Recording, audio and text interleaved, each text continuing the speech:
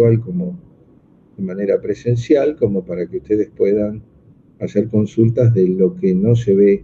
Les pido que no desordenen la cosa, ¿no? Es decir, que temas conceptuales no se vuelquen para esa rama, porque estamos como desequilibrando lo que veo que están queriendo equilibrar. Ustedes ya tienen noticias de lo que es trabajo práctico, ¿no es así? Tienen ya el cronograma de las tareas a realizar en el laboratorio. Pregunto. Sí, porque ayer subieron una página del laboratorio 14, algo así, y aparecía que el primer laboratorio va a ser el miércoles de la semana que viene. Correcto.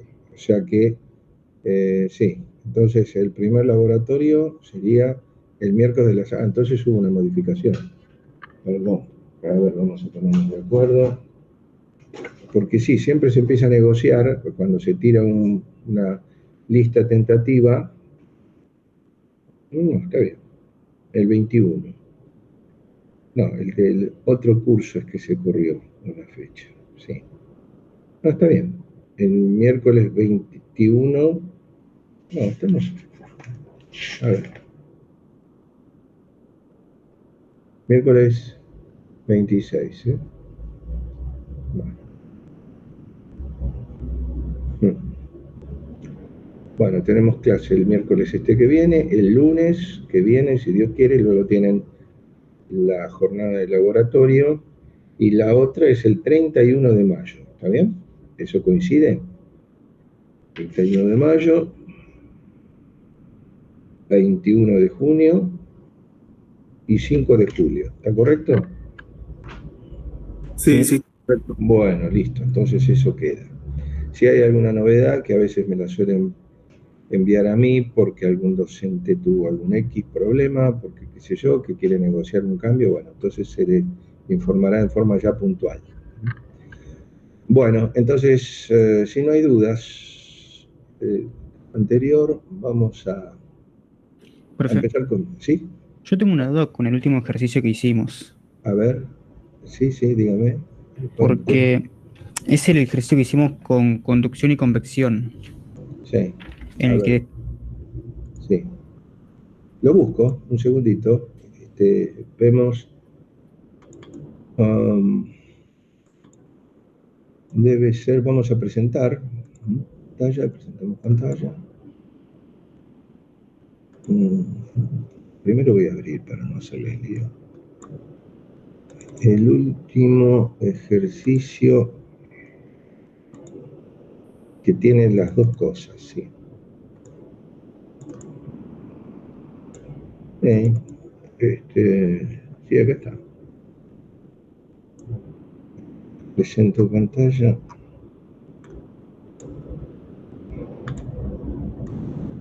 Sí, díganme. cuando despejamos el área para calcular el peso sobre el área, ¿consideramos todas las áreas iguales o Las, todas las áreas iguales? Porque sería, digamos, el área de la pared, el área de afuera y el área de adentro. claro, porque el aire, todo este aire está careándose con toda esta superficie, y el aire de afuera está careándose con toda esta superficie. Ah, o Sí, sea ¿por qué que no? tomamos en cuenta el área al cual, digamos, afectan, no el área en el cual están, por así decirlo. Al área que afecta, a ver, hay cosas, vamos a ser genéricos, en contacto una después de otra en forma de fila india. Acá hay un pedazo de aire, digamos en forma vulgar, un pedazo de pared y otro pedazo de aire, todos puestos uno detrás del otro como si fuera la fila del colectivo. ¿Sí? Por lo tanto, todo lo que pase por acá tiene que atravesar por acá y después tiene que pasar para allá. Entonces se pone una serie con todo esto. Y es el mismo área. Ah, listo, ya entendí. Tenía solo esa duda. ¿Entienden? Sí. Bueno, por eso se pide P sobre A, si no, no se podría estar haciendo extracción de factor común acá, en el denominador. ¿Mm? este factor común en el denominador, que se le llama también denominador común, es común a todos estos términos que tenemos acá en el segundo miembro, ¿está claro? Sí. ¿Algo más? No, era solo eso. Bueno, y bueno, dedicamos estos minutos para evitar foros, estas cosas que hacen perder tiempo. Entonces, si ustedes quieren preguntar, preguntan y listo. Bueno, muy bien. Entonces, lo que sí, de madera soy, de preguntar por mail, soy de madera, la verdad. No, vamos a estar 1000 años, como a veces pasó, que al final decía, bueno, ¿cuándo va a la facultad? Bueno, tal día o tal hora. Bueno, pero ahora, para evitar esos trastocamientos, están justamente el tema de las clases de consulta, ¿no? Que se hace presencial, pero la novedad es que para Física 2 hay una forma virtual que es, estoy seguro que es por el tema de que hoy en día es mucho más difícil trasladarse y me parece que la cosa se pone mal y entonces todo lo que se pueda virtualizar, en fin, hay una persona muy, muy preparada en lo que sea clases virtuales que se dedica, que se le otorgó el cargo, entonces. Bueno, muy bien, empecemos con lo nuestro. Esto se ve bien, igual vamos a tratar de hacer un zoom para que se lean mejor las inscripciones que están acá, pero ¿se está viendo? ¿Bien? Sí. Bueno, listo. Tiramos para adelante. Bueno, una masa cualquiera, un pedazo de material cualquiera de los de física 1, si uno los observa en detalle, de cualquier material, un cuerpo cualquiera tiene, la novedad es que va a estar, si lo vemos en miniatura, vamos a decir en forma grosera, va a tener el concepto nuevo que tenemos que tener de carga eléctrica, es decir, elementos que tienen una posibilidad de generar una fuerza eléctrica. Cosa curiosa, pero que es, digamos, curiosa para no ahora, porque ustedes me escuchan decir esto, pero ustedes van a decir en qué año vive. Y esto fue una novedad 400 años antes de Cristo, ¿no es cierto? En donde se veía que había fuerzas que contrariaban a la gravedad. El ejemplo más vulgar y clásico que hacíamos en el colegio era friccionar una virome con el lana o pelo, ¿no?, del cabello, y poníamos un pedacito de papel y lo levantaba, contrariamente a la gravedad. Entonces, ¿qué pasó? Bueno, pasó que ese cuerpo tiene una propiedad que se le llamó carga eléctrica, que son subdivisiones de lo que se creía que era un entero, ¿sí? Una cosa uniforme, ¿no? Ni se hablaba de la palabra electricidad, se empezó a hablar de triboelectricidad. En ese momento los griegos hacían cuestiones así muy, muy, muy demasiado sofisticadas, pero se quedaban con la duda. Lo mismo va a pasar cuando empecemos de cero en magnetismo, que había algunas piedritas en la Lacia menor que se atraían y que no había cuestión eléctrica ni gravitacional, y entonces se generó toda la onda magnética, ¿no?, del magnetismo. Bueno, acá no, acá decían, bueno, esto que yo creía que estaba así muerto, tiene la propiedad de tener partículas que tienen efectos opuestos. Entonces se recurrió a lo opuesto que había en ese momento, que era matemática, para decir un signo más y un signo menos. Entonces va a haber carga positiva, se le llamó carga positiva y carga negativa. Bueno, esto es muy elemental, muy genérico como punto de partida, la verdad. Sin embargo, está en la bibliografía y que hay que más o menos cumplir con lo que la introducción se suele dar en estos casos. Se vio, es decir, nosotros no dejamos de ver los mismos cuerpos que tenemos en física 1. Sucede que eso a los efectos eléctricos eran neutros. Pero si nosotros, como dijimos antes, friccionamos una virome, por ejemplo, plástico, estamos como haciendo ya en forma técnica, podemos decir, un trabajo mecánico. Es más, existe una disipación de calor. No por nada, con el frío Uno se frota las manos para generar calor, cambiar energía muscular por energía térmica, calórica. Bueno, pero ¿qué pasa? Se vio que cuando algún cuerpo se friccionaba con otro, se producía como una especie de polarización, adquiría propiedades netas. Lo que antes era un neutro, por ejemplo, estas cuatro cosas que tengo acá.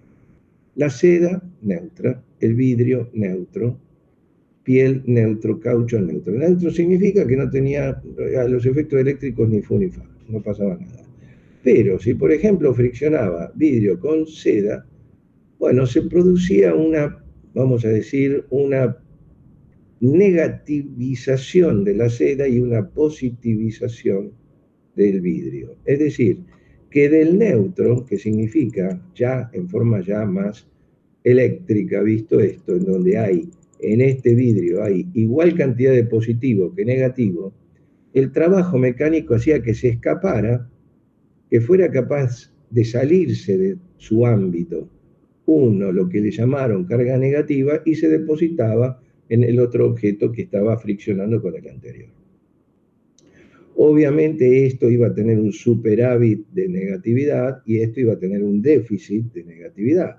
Estas partículas identificadas, ¿no? Como ustedes ya imagino que deben saber, electrones, y pasaban de un lado al otro, y como antes había un neutro, quedó un superávit de negatividad y un déficit que se le llamó, bueno, positividad. Quiere decir que quedaron polarizados.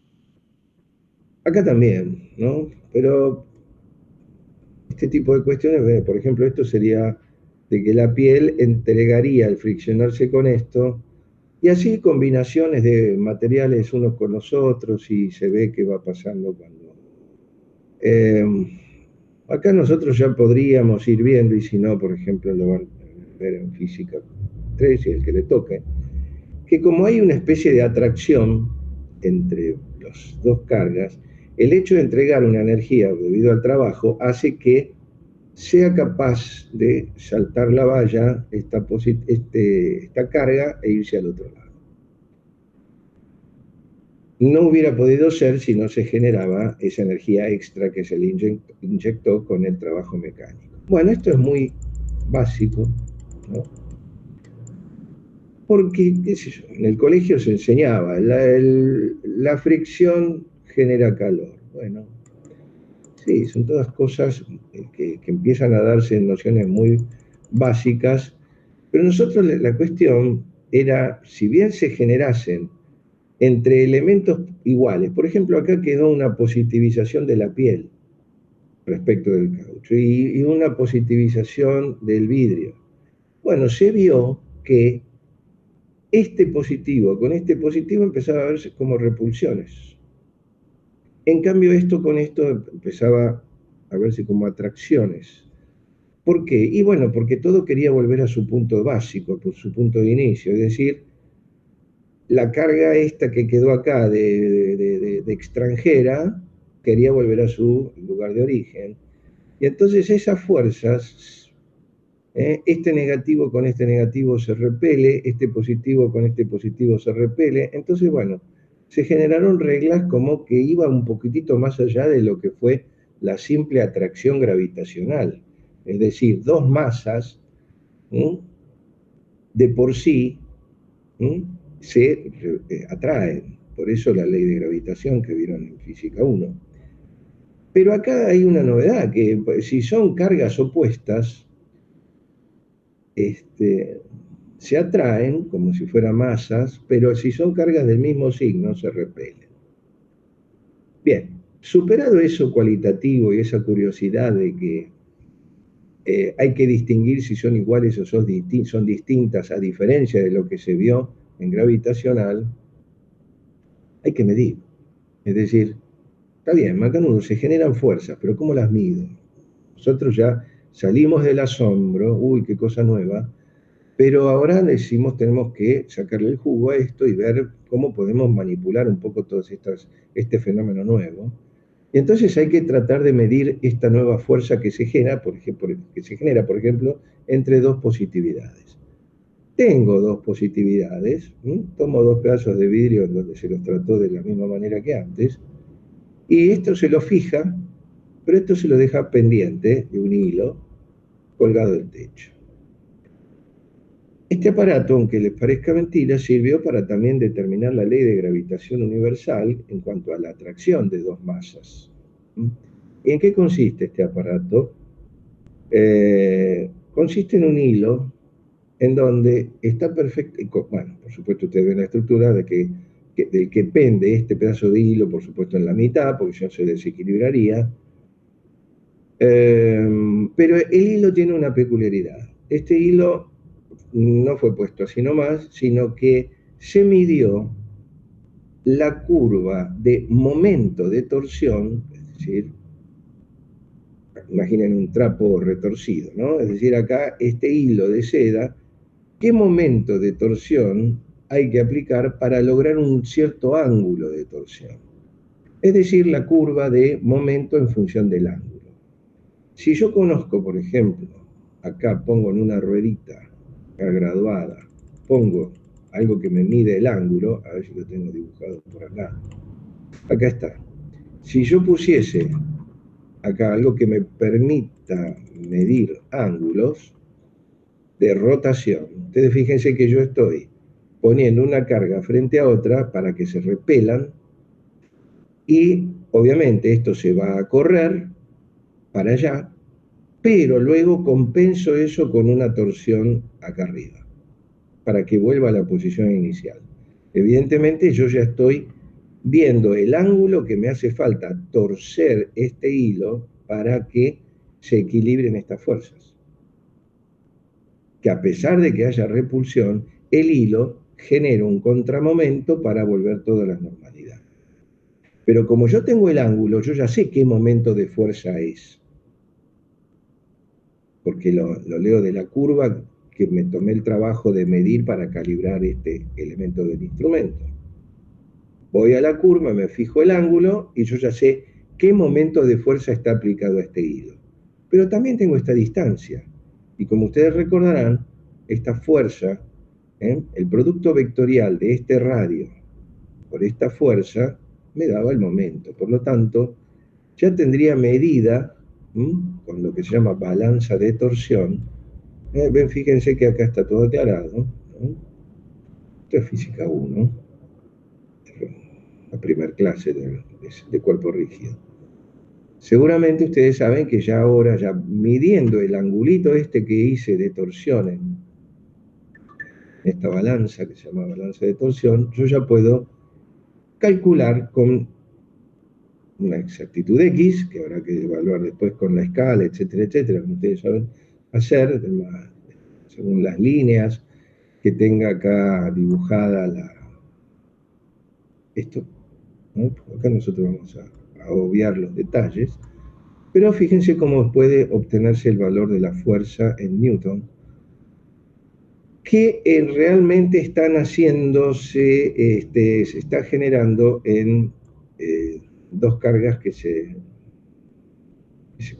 igualan en cargas, pero en signo, pero que se están rechazando. Bueno, muy bien. Eso generó lo que se llama ley de Coulomb, todo explicado, esto que acabo de decir.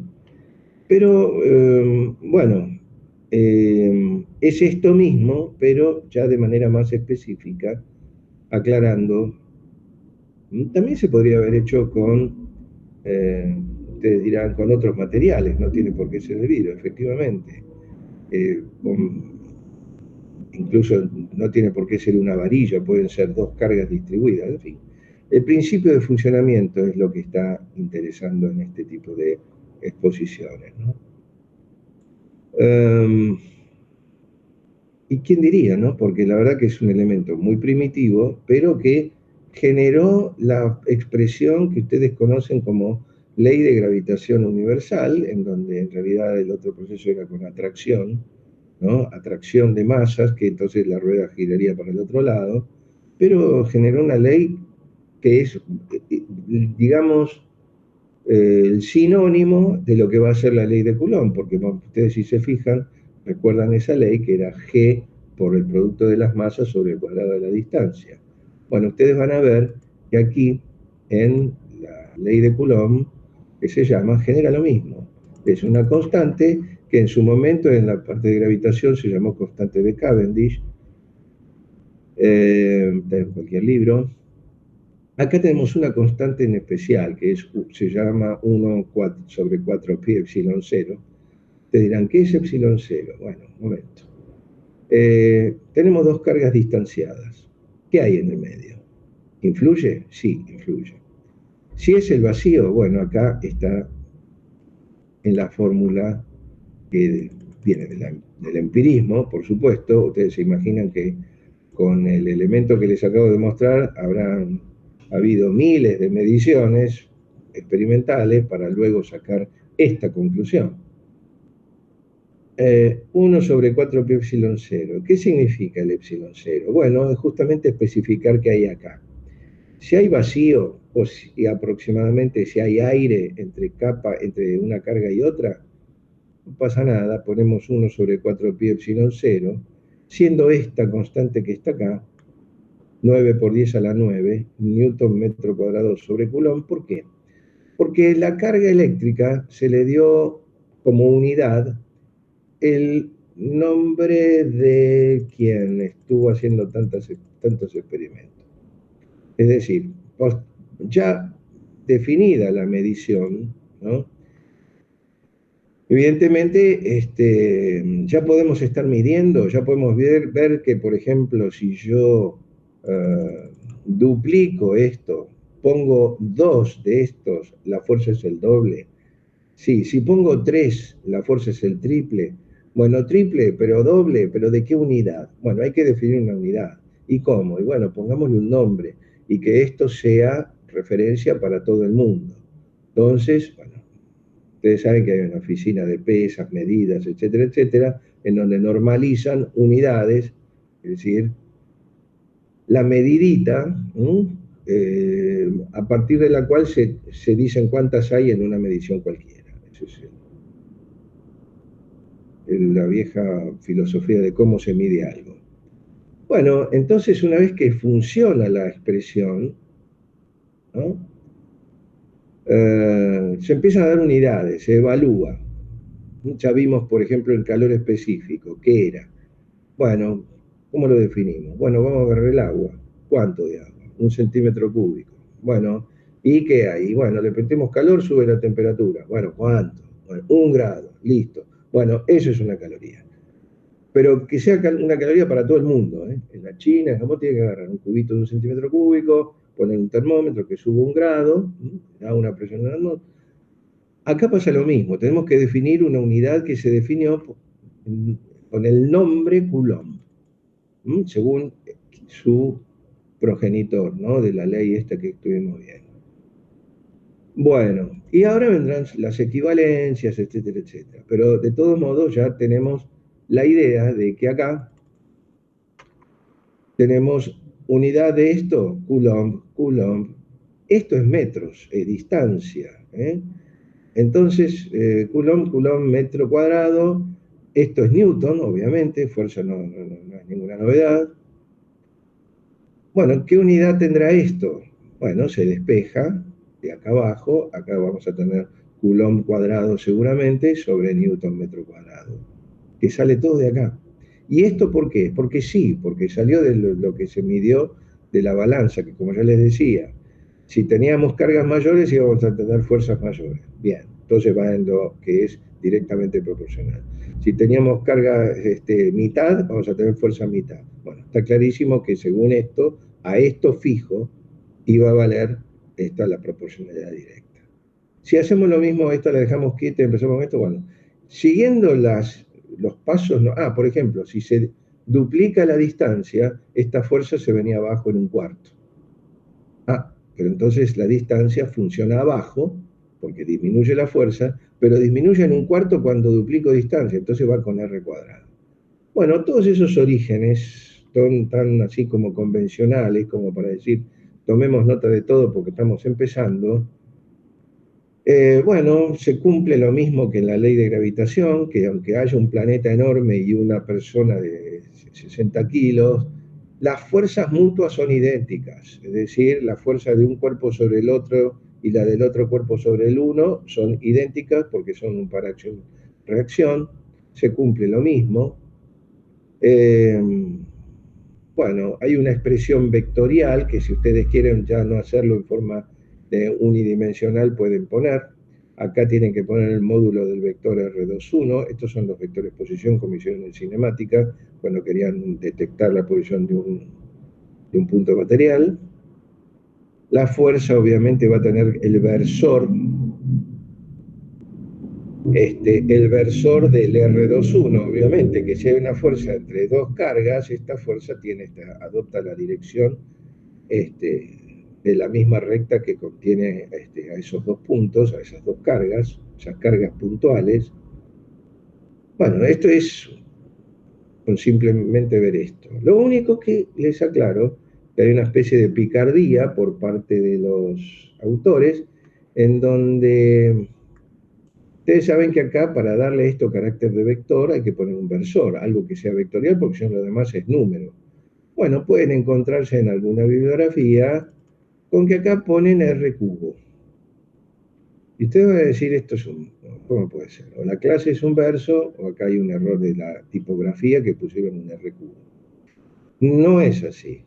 Es como decir, quiero ver cuánto sabe de matemática de vectores.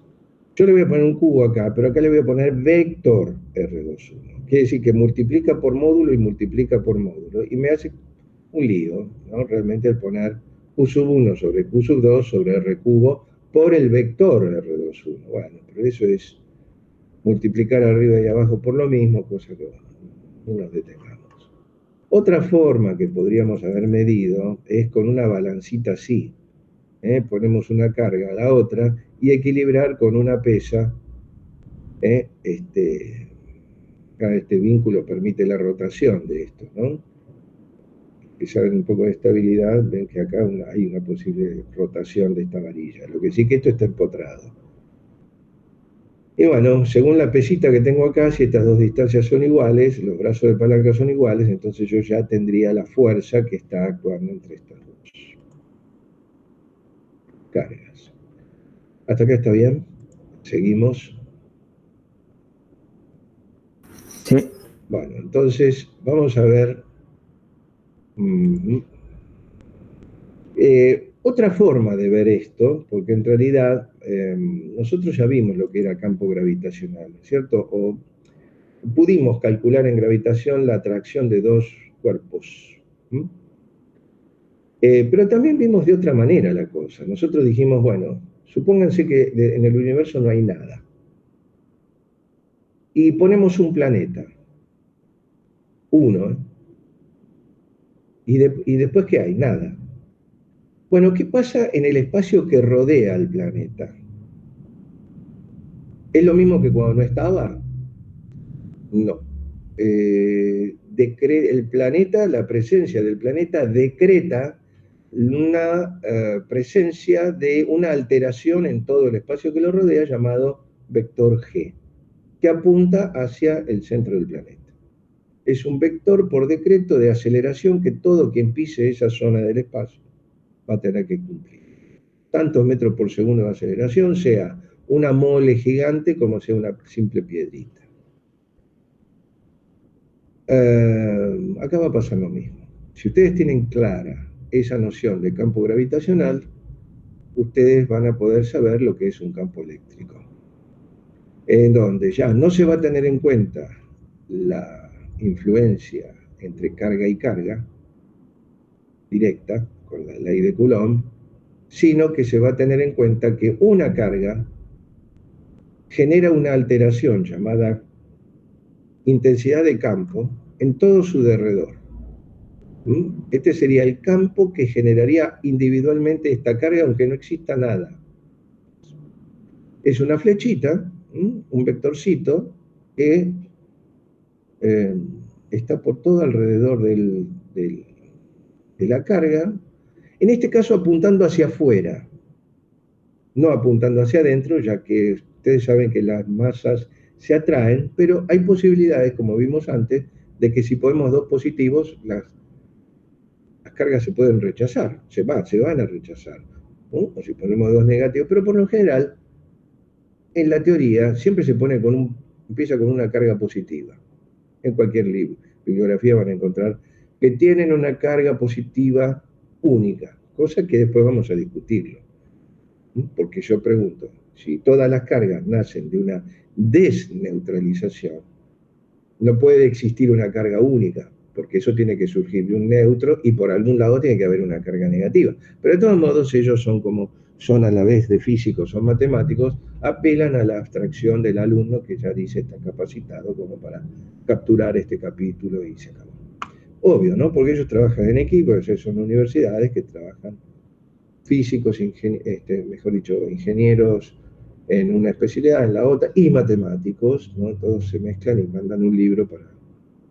Pero de todos modos, el poder de abstracción tiene que ser eso, ¿no? Abstracción, pero teniendo en cuenta en qué contexto lo estoy aplicando. Pero supongamos, tenemos una carga única, positiva, y en todo su derredor, en 3D, no solamente en el plano, hay una alteración de lo que pase comparado con que si esa carga no estuviera. Esa alteración vuelve a suceder lo del campo gravitacional. Es un vectorcito que apunta radialmente hacia afuera, pero que todo el mundo, sea cual fuere la carga invasora que camine por ahí, va a tener que soportarlo, va a tener que cumplir con esa fuerza unitaria por el hecho de haber puesto los pies, haber pisado esa zona alterada por la carga 1. Entonces, lo que se ingrese está sometido a un campo eléctrico debido a esta carga 1. Ahora bien, la carga que invadió es una carga también.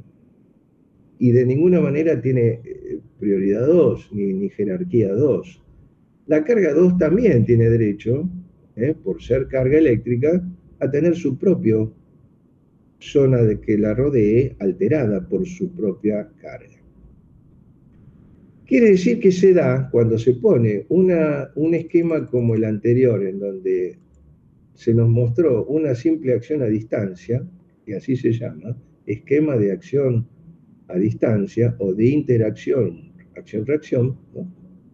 Acá se ve la cosa, no que vaya a contradecir los datos que se vieron acá. Ojo, esto es ley, lo de Coulomb.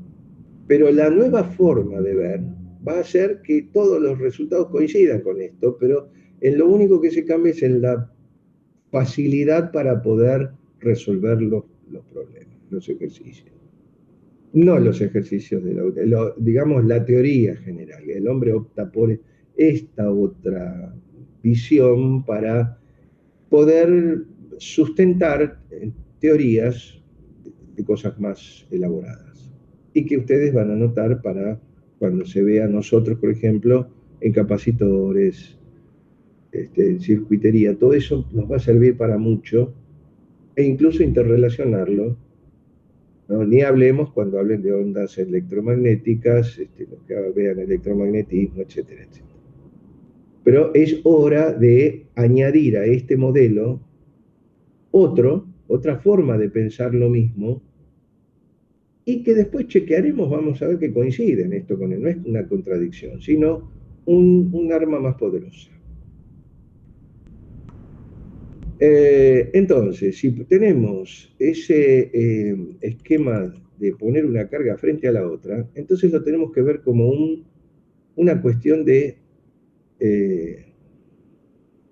desde el punto de vista de la creación de campos. La carga 1 genera un campo 1 que afecta a la carga 2. De la misma manera que el planeta Tierra genera un campo gravitacional G que afecta a cualquier cuerpo que se le ponga. Una masa M lo tironea con un peso mg.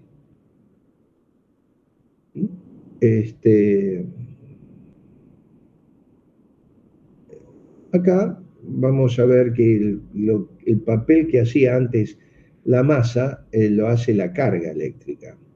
Y el papel que hacía antes, que desplegaba el campo G, lo va a hacer el campo E. Por lo tanto, si antes teníamos mg, la influencia de esta carga sobre esta, ahora vamos a tener Q por E, que es exactamente lo mismo.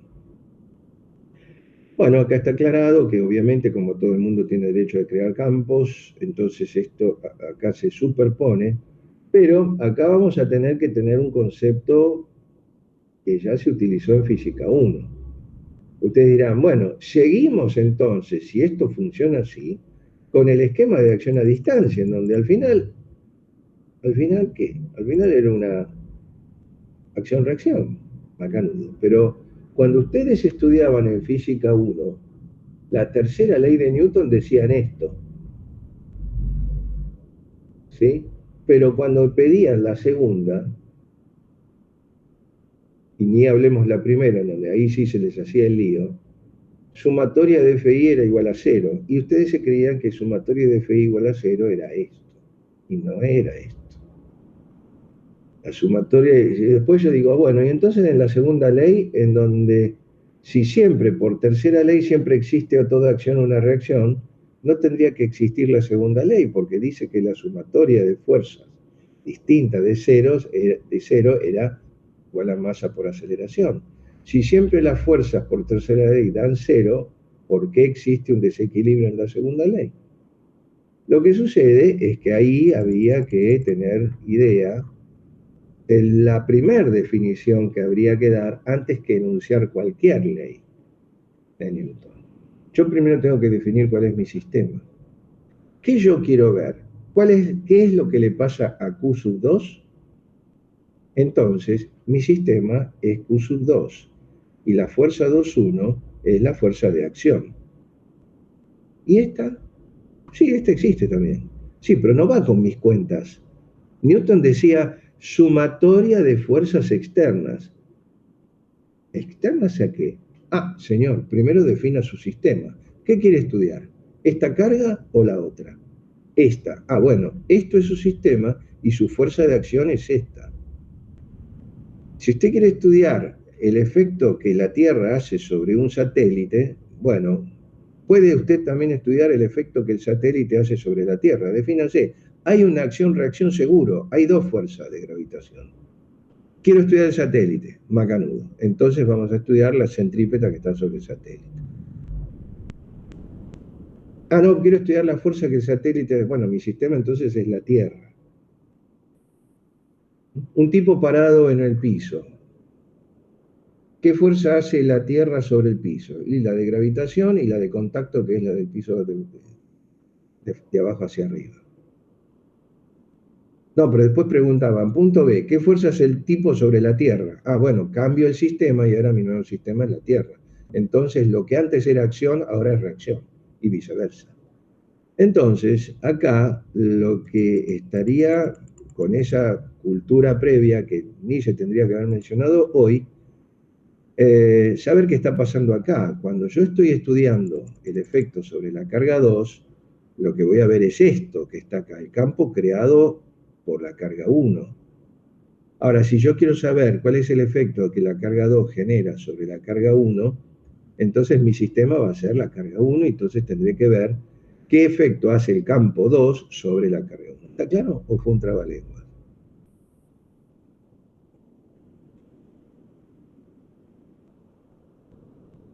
¿Está claro o no? Bueno, ustedes dirán, sí, pero esto ya lo vimos en física 1, ¿no? ¿Está bien? Me quedo más tranquilo. ¿Está bien o no? ¿Alguna respuesta? ¿Podría explicarlo de vuelta? Sí, como no. Acá estoy viendo una interacción. ¿Esto qué es? Tercera ley de Newton, ¿está bien? Si esto es 5, esto es 5, pero para el otro lado. Si muevo una puerta, yo hago una fuerza de 5, la puerta hace sobre mí 5. ¿Está bien? Newton. ¿Eso está claro? ¿Quién fue que me preguntó? Yo, profe. Sí, está claro. ¿Eso está bien? ¿Acción-reacción? Sí. Bueno, ¿eso sucede siempre?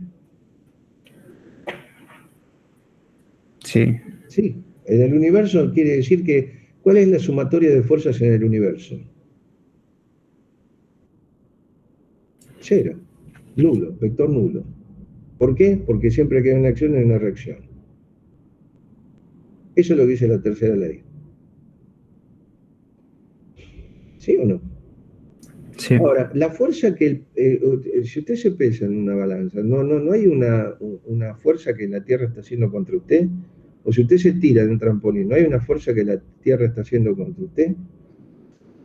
¿No lo está tironeando? sí, Bueno, entonces si usted quiere calcular con qué velocidad llega, qué aceleración tiene, todo eso que ya está descrito, ¿qué observa? La fuerza que la Tierra hace sobre usted, ¿o no? Calcula todo lo que calculó, aceleración por tiempo, el tiempo es 2 veces el espacio sobre g por raíz cuadrada, eso, eso lo estudiaron en física 1, ¿sí? Pero sí, pone su centro de atención en dónde, usted que está cayendo del trampolín. Pero usted no está haciendo sobre la fuerza sobre la Tierra, sí, pero es motivo de estudio, eso no. Usted está estudiando, primero defino, quiero ver qué hace la Tierra cuando yo me tiro del trampolín. Entonces, descarto lo que son, ahí es donde cuando yo defino un sistema, lo que está bajo estudio, entonces yo descarto lo que no es sistema, porque Newton me dice, decídase, porque para poder decir que esta es una fuerza de acción, usted tiene que decir que este es su objeto de estudio. Esta será una reacción que por el momento en la ley 1 y 2 no funciona. Ahora, si usted quiere decir que este es su objetivo, la acción es esta. ¿De quién? Y de esto sobre esto. ¿Y lo demás? No, lo demás es reacción. Si yo quiero saber cuánto acelera esto, tengo que usar esta fuerza. ¿Está claro? sí, Bueno, esto, yo por ahí pegando una leída a lo que vieron el año pasado, eso tiene que estar con letra mayúscula y si se pudiese, es decir, lo primero que hay que hacer en un problema de dinámica, la ley cero, antes que la ley de Newton, y si no lo dicen, está mal en que no se lo diga nadie. Pero la ley cero es, ¿sabe qué, señor? Primero, para evitar confusiones, defina qué quiere estudiar. Tengo un objeto, un cuerpo que cae por un plano inclinado. Bueno, mire, el objeto que cae por un plano inclinado, el cuerpo, hace fuerza sobre el plano inclinado sobre el cuerpo. Además, abajo está la Tierra, el planeta que tironea a distancia por control remoto con la ley de estática. A ver, ¿qué quiere estudiar? Y la velocidad del cuerpo cuando llega al fondo del plano inclinado. Ah, bueno. Entonces, ¿sabe qué? Ponga todas las fuerzas que el plano inclinado y la Tierra hacen sobre ese objeto. Y me quedo con ese objeto y todas las fuerzas. Eso es lo que logramos con un diagrama de cuerpo libre. A partir de ahí, aplique Newton. Pero defínase qué quiere hacer. Porque a otro le puede preguntar, no, yo quiero saber, a ver, ¿qué está pasando sobre el plano inclinado? Acá está agrediendo el bloque que está arriba y el piso que está abajo. Están agrediéndolo con fuerzas. Entonces, borre el objeto, saque la Tierra y ponga las fuerzas. Porque la verdad, la moneda de cambio con Newton era los Newton, lo que llevaba su nombre. Entonces, entonces me quedaba con el cuerpo bajo estudio, y eso es lo que se define como sistema. En una publicación, por ejemplo, cualquiera, le ponen DUT con mayúsculas, Device Under Test si está en inglés. El objeto bajo estudio. Primero eso, después apliquemos Newton. Y acá estaría pasando eso. Estos son las fuerzas de acción-reacción. ¿Qué quiero estudiar? ¿El efecto de 1 sobre 2? Bien, esta es mi acción. Esto no va. ¿Está claro? sí. Bueno, ¿alguien tiene una duda al respecto? Bueno, sigamos. Entonces, definimos intensidad del campo eléctrico. Vamos a ver. Vamos cada vez a dar una vuelta más de tuerca. Está todo explicado, pero tenemos que definir el primo hermano del vector G. Si nosotros teníamos un peso antes P y dividíamos por la masa, obteníamos el vector G. Acá tenemos una fuerza, dividimos por la carga y obtenemos el vector E, con la misma disciplina que anterior. La unidad de la intensidad de ese campo, el campo no, el campo eléctrico preexiste desde antes, el vector campo eléctrico se puede calcular porque existe un campo eléctrico. Ese campo eléctrico lo creaba una única carga presente en el universo. ¿Sí? No hace falta dos para crear un campo. La presencia de un planeta genera un campo gravitacional, sin ningún otro en el universo. La presencia de una carga eléctrica genera en todo su alrededor un campo eléctrico E, por default. Ahora, si yo lo quiero medir, pongo una carga de prueba y mido la fuerza que ejerce sobre él. Si eso me da tantos newton para una carga de, por ejemplo, 2 coulomb, entonces el campo eléctrico es de lo que medí de fuerza dividido 2. Vamos a medir 10 newton. En 2 coulomb será un campo eléctrico de 5 newton sobre coulomb. ¿Esto es nuevo? No, en realidad no. Si yo quiero calcular la aceleración de gravedad, pongo en el campo gravitacional una punta de prueba, como usar un osciloscopio. Pongo una punta de prueba en el campo gravitacional y mido la fuerza que está haciendo sobre esa masa. A esa masa que se introdujo, la tironean, mido esa fuerza, divido por la cantidad de kilogramos masa y me da el vector G, que me da 9,8 a nivel superficie. Entonces, lo único que estamos haciendo es cambiando de nombres a las cosas, pero estamos usando las mismas nociones que en campos gravitacionales. También tirábamos líneas de campo. Acá también podemos poner líneas que se va a llamar líneas de fuerza. Las líneas de campo que representan el campo eléctrico, digamos que uno puede tener una carga acá y otra acá. Bueno, siempre les vuelvo a repetir, es una abstracción decir que el campo eléctrico genera líneas, perdón, que la carga eléctrica genera líneas de campo eléctrico, porque esas líneas tienen que tener un destino. Es decir, no se puede generar campo eléctrico con una sola carga, siempre tiene que ser de a pares. Toda línea de campo que represente o que quiera dar una idea de cómo es el dibujo de ese campo eléctrico, tiene que nacer en una carga positiva y tiene que morir en una carga negativa. Pero eso es siempre, en el 100% de los casos. Entonces, ¿por qué en una bibliografía me ponen que hay una carga que genera líneas para todos lados y nada más? No es así. Es una abstracción porque seguramente en el infinito, que sería en una distancia muy grande, porque la palabra infinito es muy ambigua, en una distancia muy grande, habrá toda la carga negativa que reciben esas líneas nacidas de una carga positiva.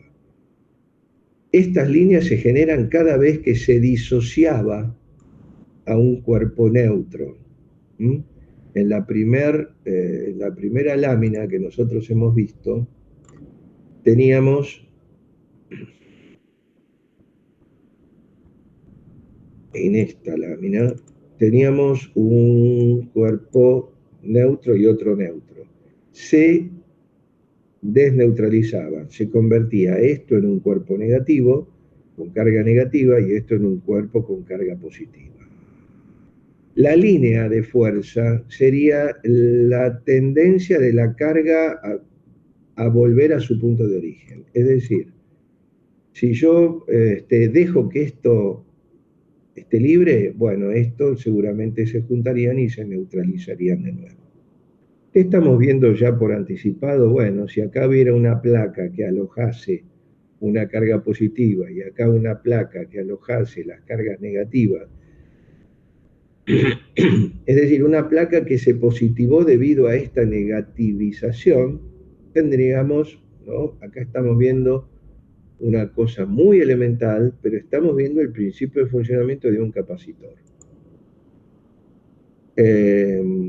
Pero tenemos que tener clara la noción que siempre que hay una línea de campo, se nace en una carga positiva y se muere en una carga negativa. Una característica más es que el vector, por ejemplo en este punto, tiene una intensidad E definida como la que habíamos visto antes. Fíjense que la fuerza es colineal con el vector, ¿no? Porque de todos modos el campo E es una fuerza en esencia. Lo que pasa es que es una fuerza que está evaluada para la carga 1, un coulomb. De la misma manera que G, en realidad el vector G, es una fuerza gravitacional. Es una fuerza gravitacional evaluada para una masa de valor 1 kilogramo. Cuando teníamos 1 kilogramo en un campo gravitacional, la fuerza y el peso, el campo G coincidía con el valor del peso. Pero hay que aclarar lo siguiente, para la práctica de laboratorio y todo. Si ustedes van a tirar líneas de campo entre un sector positivo de una cuba y un sector negativo de una cuba, entonces van a ver que por un método que ya vamos a ir profundizando después, ustedes van a poder tirar una línea que sea representativa de las líneas de campo eléctrico. ¿Qué estoy queriendo marcar con esta trayectoria? Ahí, si ustedes pusiesen otra carguita acá positiva, esta se desplazaría de acá para acá, según esta ruta. En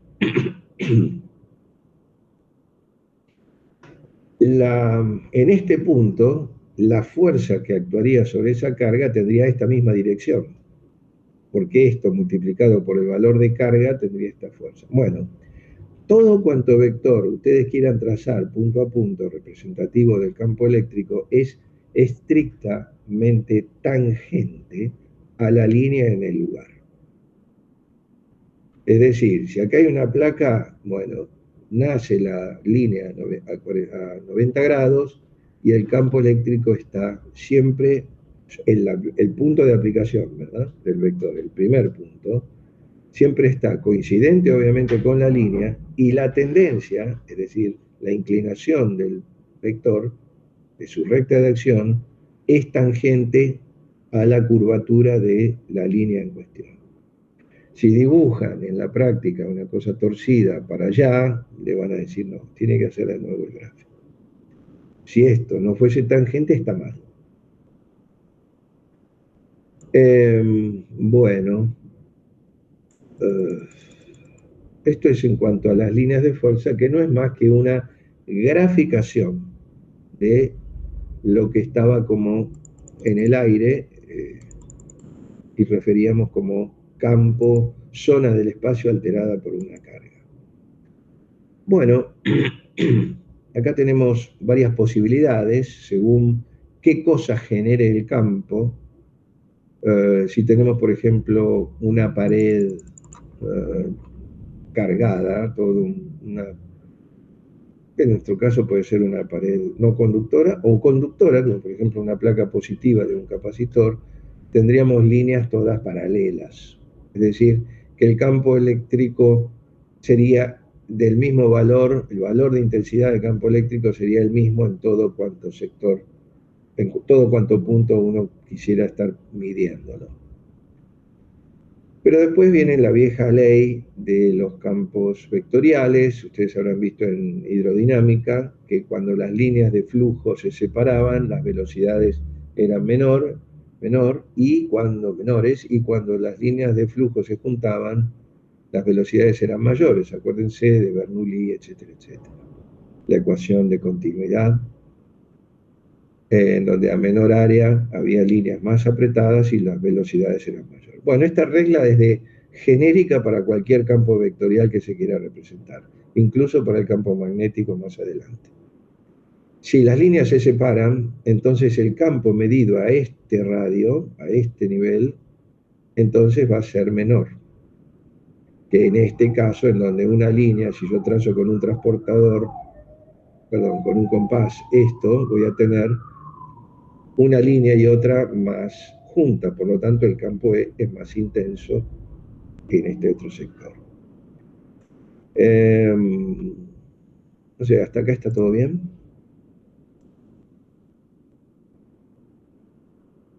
Sí, sí. Sigamos. Supongamos que tenemos establecido un campo eléctrico así fácil, es decir, que está igual en todos lados. ¿Cómo es? ¿Por qué? Porque las líneas están permanentemente equidistantes, y si están permanentemente equidistantes, evidentemente no hay posibilidades de que cambie el valor. Este valor es el mismo que acá, que acá, que acá.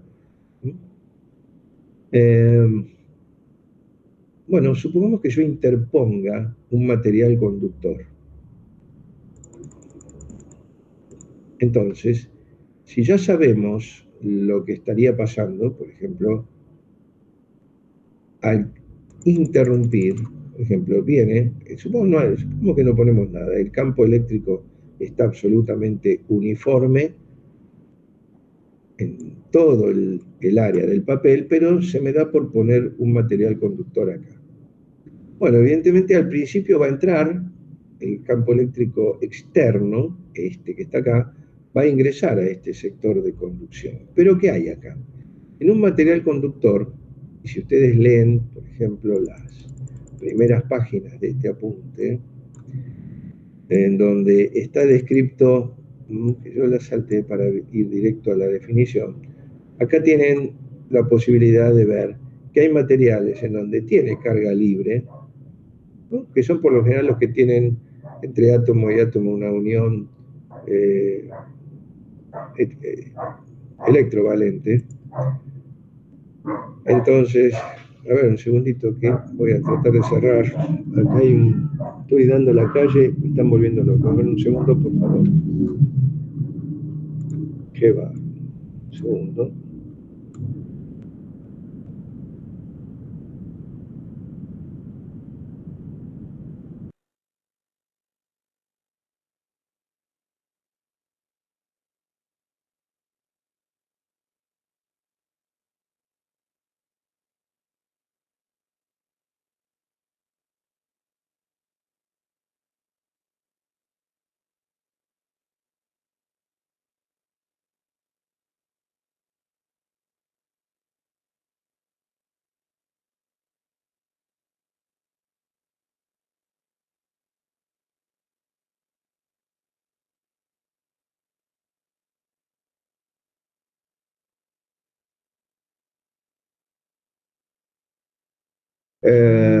Bueno, entonces, como les decía, yo voy a introducir un material de este tipo ahora, un conductor, en donde, ¿qué estaría pasando? Perdón, acá. ¿Qué significa conductores o aisladores?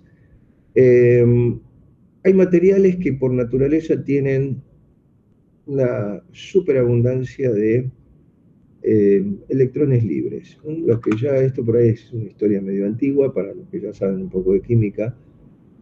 ¿Por qué? Bueno, porque la naturaleza de su unión, vamos a decir, ustedes saben que a la izquierda de la tabla tienen materiales cuya última órbita está un poco despoblada, que es la de valencia, ¿no? Entonces, si se unen, se dedican a sacarse de encima lo que tienen, si tienen menos de 4, por lo general, se sacan de encima los electrones para quedar con la órbita inferior, que tiene 8. Y ya está cumpliendo con la ley natural llamada teoría del octeto. Bueno, hay otros que no, hay otros que porque ya tienen 4 o más de 4 se dedican a aceptar, ¿no? Entonces, o a compartir electrones, entonces los electrones están como realmente más ocupados en conformar a un núcleo y otro, y entonces no tienen tiempo libre. Bueno, cuando ustedes, por ejemplo, fabrican un material, por ejemplo, como el cobre, bueno, van a tener mucha superabundancia de electrones libres, una enorme superabundancia, porque fíjense que podríamos ver que en un metro cúbico de cobre tendríamos 10 a la 28 electrones libres. ¿Dedicados a qué? Y bueno, dedicados a el tobogán que le pongan para ir para un lado o para el otro. Andan por ahí erráticos. En cambio hay otros que no. Una goma, una madera, lo que fuere, por más que yo le ponga 220 volts, se quedan ahí. ¿Van a sufrir, van a sentir al campo? Sí, obviamente que sí. Algún pequeño deslizamiento hacia un lado y otro. El núcleo va para un lado y la nube electrónica para el otro, pero la cosa no sale de ahí. Entonces no permiten la conducción eléctrica. Nosotros vamos a suponer que ahora vamos a poner algo que sí permite la conducción eléctrica de una manera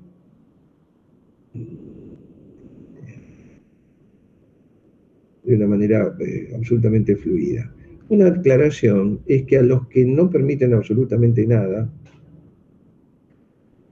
a los que no permiten la conducción, se le puede llamar, quiero introducir el término ahora, se le llama dieléctricos. Pero después lo vamos a generalizar el tema de la dielectricidad, con un número.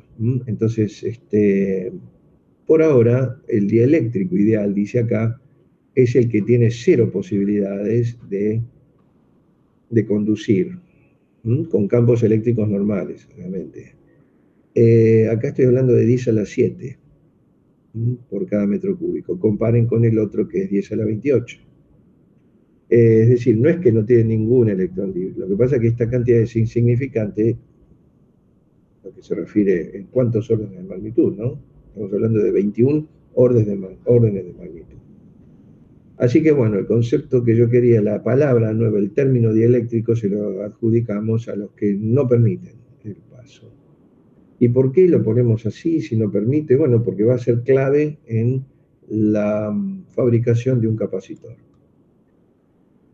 Es decir, va a mejorar mucho el parámetro capacitancia del capacitor. Bueno, como les decía, tengo un campo uniforme, absolutamente igualito de un lado y otro, pero le introduje, así por decreto, una placa conductorísima, que tenga infinitas posibilidades de conducir. ¿Qué va a suceder? Bueno, evidentemente va a entrar el campo eléctrico, pero no va a durar mucho, lo van a liquidar enseguida, porque obviamente ustedes verán que el campo, una carga positiva la impulsa hacia la derecha, pero una carga negativa la impulsa hacia la izquierda. Es decir, como en este material existe una fluidez electrónica de las máximas,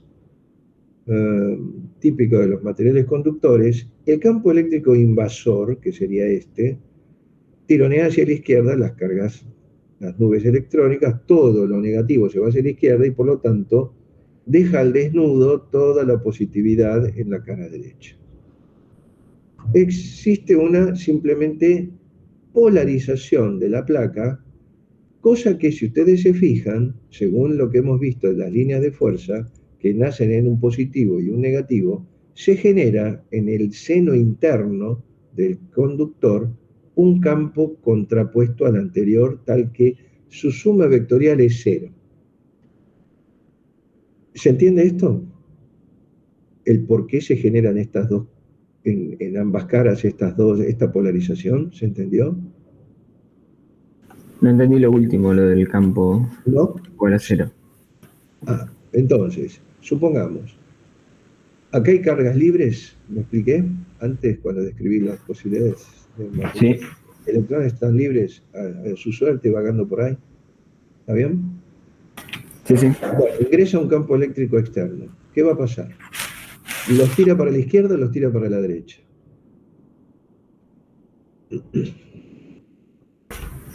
Para la izquierda. Sí. Entonces, toda la nube electrónica que exista por acá libre se va para la izquierda. ¿Qué pasa con los núcleos fijos que son positivos? Como ustedes saben, si ponemos un microscopio acá, vamos a ver núcleos que tienen protones, bla, bla, bla, bla, bla, y nubes electrónicas que las rodean. Todo lo que sea electrónico se va para la izquierda y todo lo que sea nube positiva queda para la nube positiva. Núcleo positivo queda para la derecha. ¿Está claro eso? Sí. Ahora, si yo tengo un neto de positivo y un neto de negativo generado por el campo eléctrico externo, estoy generando otro campo interno que va para la izquierda. Claro. Si yo sumo los dos, ¿qué me da? Si tengo 5 para la derecha y un contra 5 para la izquierda. Y te da 0. Vector nulo, obviamente. ¿Está claro? Quiere decir que esta placa va a tener una inmunidad instantánea. Es decir, la atacan, pero se defiende con un anticuerpo que es su propio campo interno, que liquida toda influencia de campo eléctrico acá adentro. Por lo tanto, la sumatoria da 0. Esto está funcionando, obviamente que estas cargas negativas que están en la cara izquierda están funcionando como fin de línea de fuerza, tal cual dijimos antes. Carga negativa es final, muerte de la línea de fuerza en este punto. La línea de fuerza nacen en positivos, terminan en negativos. Por lo tanto, acá nacen líneas de fuerza, en igual cantidad que las que llegaron acá, porque fue carga a carga de manera biunívoca. ¿Se entiende o no? Si acá una nube electrónica fue para la izquierda es porque quedó su positividad a la derecha. A ver, un elemento cualquiera de la tabla, ¿es neutro o no? ¿Es neutro o es polarizado? Pregunto. Toman cualquier elemento de un átomo cualquiera de la tabla. ¿Es neutro o es polarizado? Neutro. Es neutro. ¿Cómo neutro? ¿Químicamente o, digamos, o eléctricamente? Eléctricamente. Eléctricamente, porque químicamente tiene una tendencia a combinarse, ¿no? ¿Sí o no? No está en paz en lo que se refiere al tema químico, está en la búsqueda, ¿o no? Pero en el tema eléctrico no, está absolutamente neutro. Entonces, acá lo que vamos a tener en cuenta es el tema eléctrico. Pero teniendo en cuenta siempre que una línea cualquiera tiene que morir acá y nacer acá. Entonces esto está como que interrumpió la línea común que venía antes, cuando esto no estaba, y dice, bueno, hasta acá, pero después la reproducimos acá. Esto está funcionando como un repetidor, estrictamente como un repetidor de línea de campo, en donde en este sector se prohíbe el campo eléctrico. Es decir, si yo tuviera que dibujar, tendría que dibujar una línea así horizontal, después una que pasa por 0 y otra que se reinstala. Bueno, si esto ¿está comprendido sí o no? Pregunto. Miren que estas pequeñas cosas después se hacen valer, ¿eh? Estamos empezando muy desde abajo. ¿Se entiende o repito? A mí sí. Está bien, se entiende. Bueno.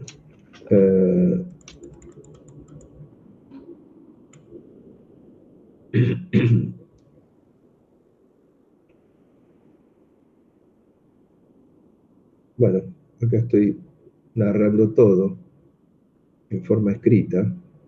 No vale la pena ni leerlo porque es lo mismo. Otra cosa que tienen que tener cuidado es que cuando ingresan de manera oblicua, no se puede ingresar de manera oblicua a una capa, sí que va a ser un límite, eso ya lo vieron acá.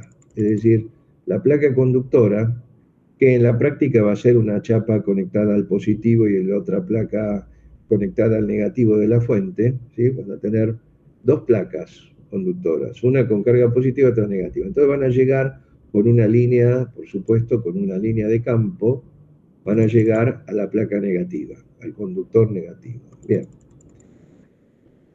Van a ser como una especie de capacitor todo torcido en una Pyrex.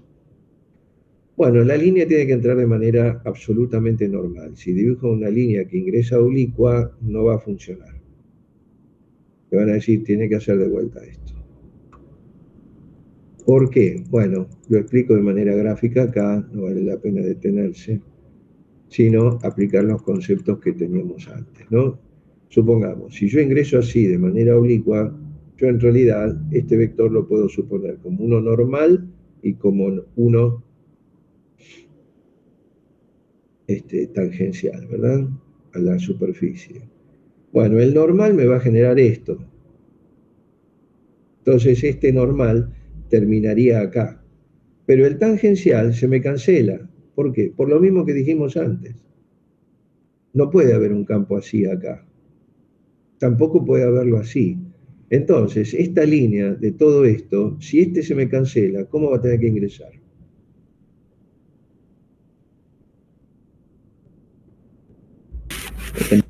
El único que queda es el normal. Esto se fue y por lo tanto de este vector, cuando se llega a este punto, va a quedar esto. Quiere decir que ustedes la línea que tracen la van a tener que terminar. Yo les anticipo porque esto no estaba en teoría antes, pero yo como sé las idas y venidas de la gente que tenía que ir y venir al laboratorio e interrumpir la clase, yo trato de ahorrarles tiempo, porque si no va a estar clase tras clase yendo al laboratorio varias veces. Ahora bueno, ahora es virtual, pero de todos modos se los estoy anticipando. La línea tiene que terminar así. Acá en este punto no puede haber algo transversal. El vector tiene que pinchar a la placa de manera normal. Lo mismo que cuando salen de la positiva, por la misma cuestión, tienen que salir a 90 grados y entrar a 90 grados en la negativa. Bueno, eso está aclarado. Si no lo tienen en cuenta, lo tendrán que tener más adelante. Y acá hay una aclaración, porque ¿para qué sirve todo esto? Bueno, fíjense que hay una posibilidad de que un campo eléctrico se apoye sobre un conductor. ¿Qué pasa si este campo eléctrico se apoya en un conductor? Bueno, acá, por ejemplo, apunta para este lado, ¿verdad? Bueno, si yo lo apoyo, aunque sea en la parte superficial, ¿no estaría tirando cargas? Perdón, la positividad para dónde iría en este conductor neutro. Me parece que iría para este lado. Impulsaría cargas para este lado. Supongamos que lo meto, de prepo. Meto no el que se genere exponencial, lo meto yo en forma tangencial, tal que roce a la superficie y me genere todo este tipo de polarización como el que hemos visto. ¿Para dónde iría la positividad? Yo creo que iría para este lado, ¿no? Por lo tanto, esto sería negativo. ¿Está claro eso? Esto es un conductor, un pedazo de cobre, puesto de esta manera. ¿Se entiende? Sí. Esto, bueno, ahora, ¿qué pasa si yo invierto este vector? Apunta para este lado. Bueno, sería una positividad acá y una negatividad acá. Lo mediría con este voltímetro que estaría cambiando la aguja de posición a cada rato, ¿sí o no? Sí. Si esto fuese una alternancia debido a una onda electromagnética que está viniendo, que las ondas electromagnéticas por lo general son estos campos pero de manera alternativa, me generaría acá una señal alternativa. Bueno, esto es una antena. Este es puede ser de forma cuadrilátero o lo que fuere. Bueno, los equipos de audio que deben tener en su casa deben tener una antenita cuadrilátera que tiene un montón de estas vueltas para multiplicar el efecto, ¿no? Así que bueno, eso es una de las tantas cosas que quedarían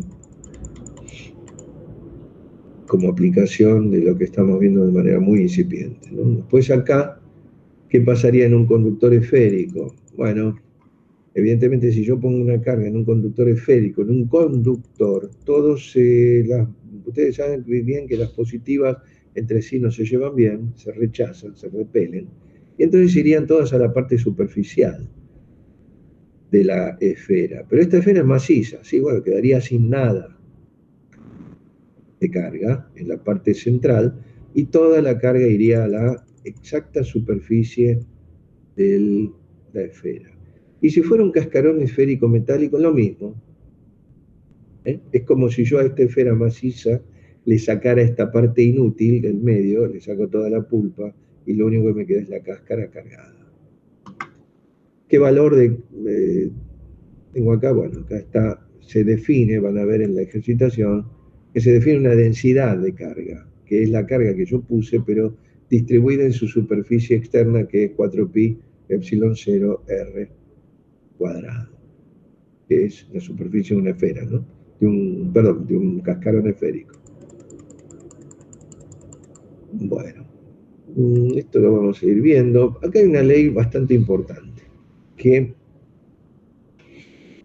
tiene que estudiarse siempre y cuando se conozca el concepto de flujo de un campo vectorial, cualquiera, en este caso el eléctrico. ¿Qué significa flujo de un vector? ¿Alguien sabe qué significa flujo de un campo vectorial? Ustedes saben que ahí, no, veo que no, un campo vectorial son líneas como las que hemos visto, y suelen atravesar superficies. Si yo pongo un flujo de luz con una lámpara, puede atravesar una ventana, un área determinada, pero puedo orientarla con distintas direcciones, ¿no? Pero supongamos que lo oriento de manera normal a una ventana. Entonces o un transmisor de radio emite señal y atraviesa la ventana. En este caso, por ejemplo, un campo eléctrico. Supongamos que hay líneas en la versión más fácil de lo que vamos a ver, que hay líneas así. Estas líneas atraviesan una ventana y yo puedo definir una nueva magnitud que es muy útil para cálculos de campo eléctrico. ¿Cuál es la magnitud? Bueno, si yo multiplico este valor de campo por el área de la ventana que yo estoy interponiendo en este campo, el producto del campo por el área atravesada, que estaría viéndose acá, sería lo que se llama flujo del campo eléctrico, en este caso porque se trata de un campo eléctrico. Cuando veamos campo magnético también vamos a definir flujo de campo magnético, pero no con el detalle que ahora, porque la verdad que la cuestión es la misma, simplemente cambiándole el nombre. Sí vamos a ver a qué se le llama flujo. Es lo mismo que este campo eléctrico atraviese de lleno una ventana. Yo pregunto, ¿cuántas de estas líneas podrían pasar si yo giro 90 grados la ventana? O si yo abro una puerta, me explico, ¿cómo hago para pasar por el vidrio de esa puerta si está la puerta de perfil? Imposible. Quiere decir que yo podría estar regulando la cantidad de líneas que atraviesan una superficie según el ángulo que haya entre el vector y la superficie en sí. Por ejemplo acá, o acá. En este caso, por ejemplo, si el cuerpo no tiene una forma definida, es un lío. Porque, ¿cuál es la superficie acá? Es un modo que todo dado vuelta por todos lados, no existe algo que me deje tranquilo para que sirva para el otro cálculo. Entonces obligadamente tendré que subdividir en pedacitos de área lo más parecida posible, o más pareja, lo que tenga menos curvatura, y eso se definirá con un delta S, con una pequeña porción de área tal que me sea válida para mi cálculo. Y que el campo eléctrico no cambie de manera significativa en ese pequeño sector de área. Entonces evalúo el flujo y como veo acá que todas las posiciones son todas distintas, entonces tendré que tener cuidado con qué ángulo tiene el vector en cada una de esas áreas. Porque evidentemente acá este campo E tiene una dirección que es completamente rasante a la superficie, en cambio acá lo atraviesa absolutamente rasante, a 90 grados, fíjense que acá está marcado, cosa que acá no hay ninguna posibilidad de flujo, acá algo, y acá también, pero entonces tenemos que ponernos de acuerdo, ¿cómo podríamos definir una posición de una superficie para poder calcular el flujo del campo que lo atraviesa? Para eso, para definir una orientación de algo, no hay nada mejor que un vector. Es decir, ¿quién denunciaría mejor el cambio de orientación que un vector que estuviera pegado a la superficie? tal como si ustedes pegaran una fibra, un marcador, a la superficie de la mesa. ¿Por qué? Porque ya el vector tiene de por sí un componente que es recta de acción. Si yo estoy pegando este vector a esta superficie, acá, saquen el vector E, concéntrense en la superficie. Si yo pego este vector acá y esta superficie cambia de orientación, el vector también. Ahí es donde yo ya me entero que esta superficie tiene una dada orientación y que la cambió. Entonces yo ya me estaría manejando que en vez de con la palabra superficie, que no me dice nada en cuanto a su orientación, pero sí me estoy manejando con un vector pegado a la misma que sí me está diciendo todo en cuanto a su orientación. Y entonces sí puedo operar con un producto que sea coherente con lo que yo necesito. Cuando el atravesar la superficie sea rasante, que me diga 0 flujo. Pero cuando el atravesar la superficie sea de manera normal, entonces que me diga máximo. Y lo mejor que me puede abastecer a eso es el producto escalar. ¿Entre qué? Y entre vectores. Ah, pero ¿qué es superficie? Bueno, ahora a partir de ahora la superficie va a ser un vector. Es decir, va a tener un vector que lo represente, porque si no estoy perdido con el tema de orientación de superficie, cosa que me estaría absolutamente abastecido si yo añado a una superficie un vector. Entonces voy a pasar a operar en forma escalar. ¿Para qué? Porque ustedes saben que el producto escalar tiene como respuesta un número. Ese número es 0 si el ángulo entre ellos de los vectores factores es 90 grados. O menos 90 grados. Es decir, que me vendría bárbaro esta operación matemática, que es el producto escalar entre vectores, para poder definir mi función flujo, que después de todo va a ser un número, como todo resultado del producto escalar. Acá solito viene a ser que el módulo de uno por el módulo del otro por el coseno del ángulo comprendido, según la definición del producto escalar, que es la única que hay. Es la única que hay. Tomo el módulo de S y el coseno del ángulo comprendido. Cuando ese ángulo fíjense que es 0, que sería con un vector atravesando la superficie en forma de lleno, el ángulo sería, estos dos vectores coincidirían, y por lo tanto el ángulo es 0 y esto es máximo. Y si sucede como acá, que hay 90 grados, esto es 0. Así que adoptamos como expresión genérica de un flujo, de un campo vectorial, en este caso el eléctrico, como el producto escalar entre vectores, superficie y campo E. Estamos hablando de un campo E que es constante en toda esta microsuperficie, esta mini superficie. ¿Por qué? Porque no puedo tomar este mismo delta S para esta otra, que está cambiada de orientación, o para esta otra, como ustedes verán, en un cuerpo que no es uniforme. Bueno, tendré que hacer el producto de cada pequeño cuadradito y tendré que sumar después para saber el flujo total. Si eso lo hago de manera perfecta, o entre comillas perfecta, tendría que, ojo que quién sabe, el campo E puede estar variando entre, a ver, un punto de la superficie y un angulito de la superficie. Ustedes van a decir, bueno, entonces esto no tiene fin. Si esto, que lo consideré como un mínimo, me está cambiando, yo sé que no tengo la tranquilidad de tener un valor de E definido, bueno, entonces tendré que achicar más. ¿Y así hasta cuándo? Bueno, hasta que el cambio que haya entre este punto y el extremo sea insignificante. ¿Qué significa insignificante? Y no empecemos con definiciones matemáticas abstractas. Insignificante significa que estaría cambiando en un decimal que no le doy bolilla. Es decir, estaría cambiando, por ejemplo, en un segundo decimal cuando yo en realidad estoy trabajando con décimos, exactitud de décimos. O estaría cambiando en un tercer decimal cuando estoy trabajando con una exactitud de...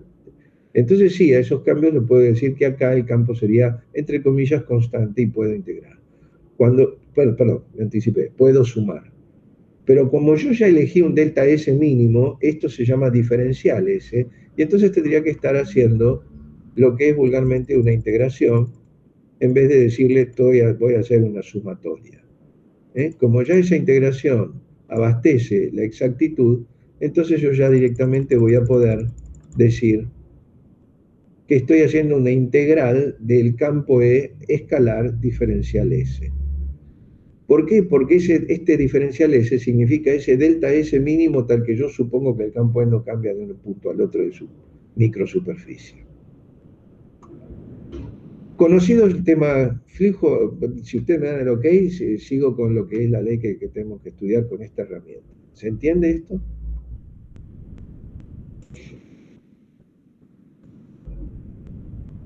Bueno, no me contesta nadie, entonces sigo.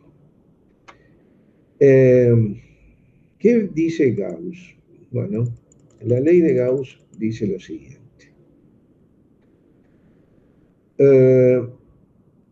Usted tiene un campo eléctrico y quiere medirlo. Tiene una carga dada y quiere saber cuánto vale. Es como decir, usted tiene un planeta y quiere ver cuánto vale el vector G a 1 kilómetro de distancia. Bueno, acá está sucediendo eso, ¿no? Tiene un valor de carga y quiero ver cuánto mide este campo E aquí.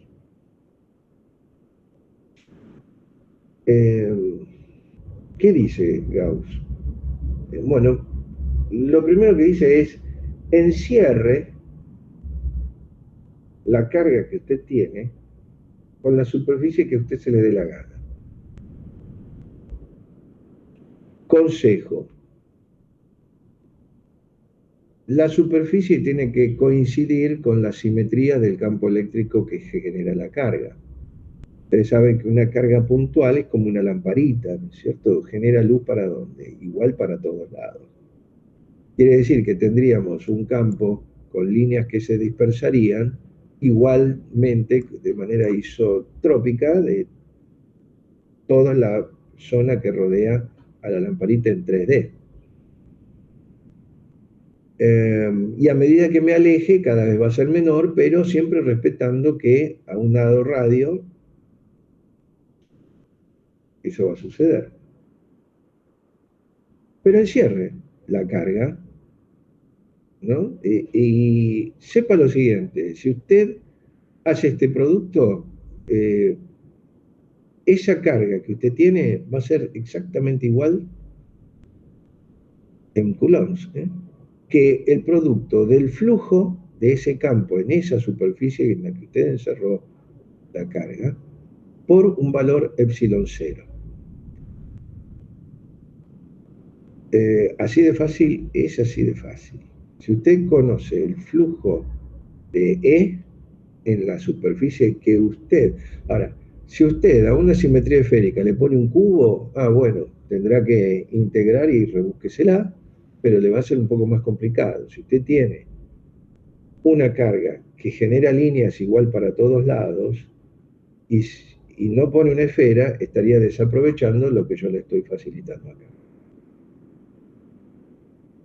¿Por qué? Porque el cálculo de flujo es muy fácil. Acá, en una esfera que rodea una carga puntual, es muy lógico que esta línea va a estar siempre a 90 grados de esto. Entonces, no necesito integrar como hice acá arriba, porque como esto va a ser siempre 90, esto va a ser directamente un flujo.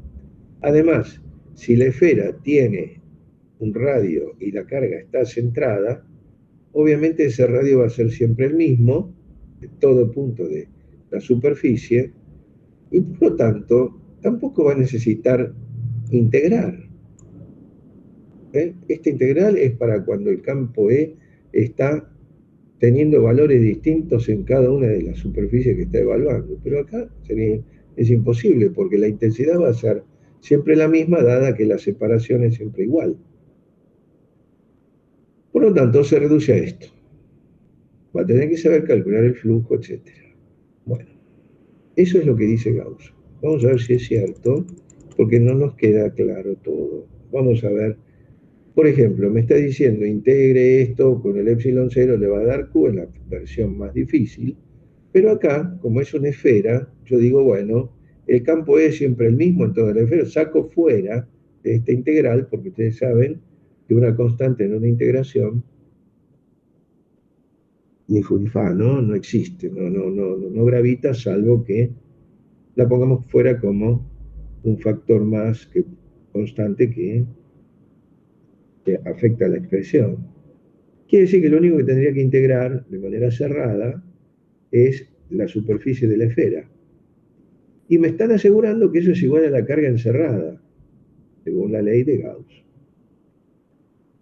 Hago esta integración, y ustedes saben que integrar los diferenciales de superficie me va a dar la superficie total, que es 4πr². Entonces, epsilon 0 por E 4b me estaría dando esto que está acá, lo que dice acá Gauss.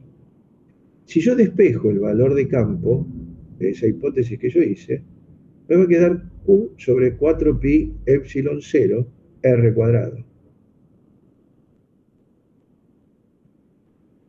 Si yo quisiese saber qué efecto va a producir ese campo en una carga que yo ponga acá, extraña, que no sea Q sub 0, que no sea Q, perdón, que sea Q sub 0, que era una carga exploradora, que pongo una invasora acá, la pongo acá. ¿Qué valor de fuerza tendré? Bueno, por definición de campo eléctrico, el valor de carga 0 por este campo eléctrico. ¿Obtengo qué? Bueno, según la ley de Gauss, haciendo todo ese devenir, obtengo el campo eléctrico, luego quiero medir la fuerza que va a hacer ese campo eléctrico sobre una carga, y volvemos a la ley de Coulomb. Quiere decir que con todo esto que estamos haciendo, lo único que estamos haciendo es acopiando herramientas para trabajar, pero no contradiciéndonos entre una herramienta y la otra. Lo que pasa es que una herramienta va a ser más poderosa que otra, ¿no? Entonces, pero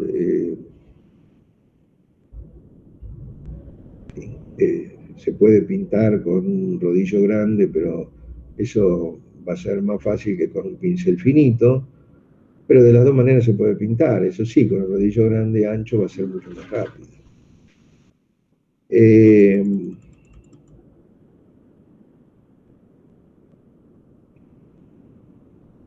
Vamos a ver. Tomemos el ejemplo que vimos antes de la barra repetidora ingresada en un campo E y que teníamos acá dentro un campo eléctrico nulo. Vamos a verlo desde el punto de vista de Gauss.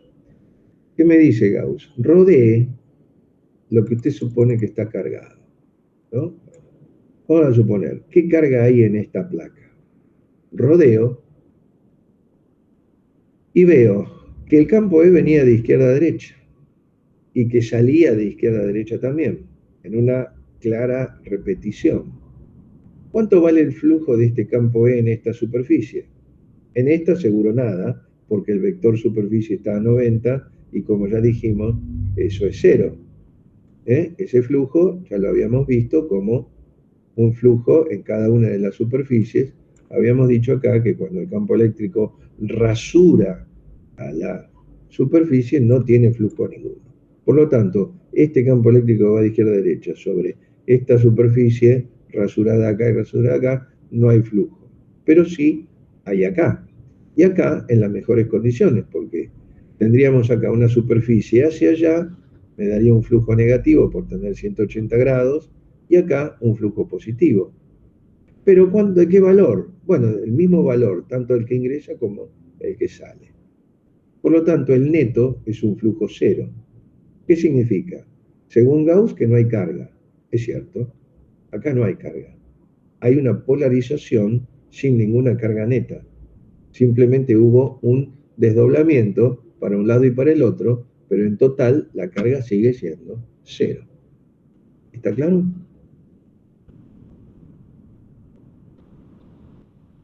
Sí. Perfecto, sigamos con esto. Vamos a ver, a torear un poco a esta ley, porque es cuestión de decir todo que sí. Bueno, acá estoy detallando el concepto de flujo, como para que después no se lo olviden, y después en campo magnético pasemos directo, ¿no? Calcular el flujo en un campo magnético. En vez de E va a decir B, pero todo esto que estoy explicando acá va a seguir vigente.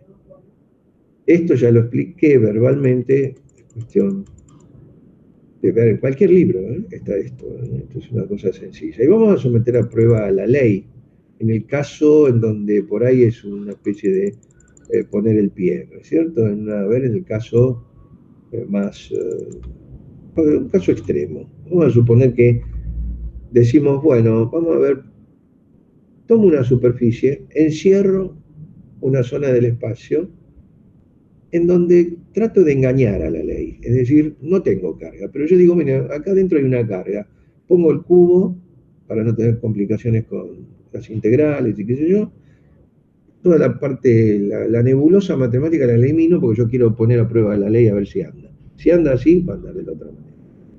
Entonces digo, miren, acá adentro hay una carga. Esto es una caja de cartón invisible dentro. Bueno, voy a calcular el flujo. Bueno, el campo E viene acá, sale para allá, este valor es igual que el que sale, bueno, quiero ver qué pasa.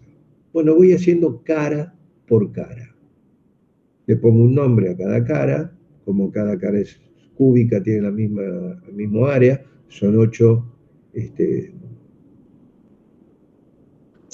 son 6 caras idénticas, por lo tanto, estos valores, S6, S5, S1, S2, tienen el mismo módulo, lo que no, el mismo vector.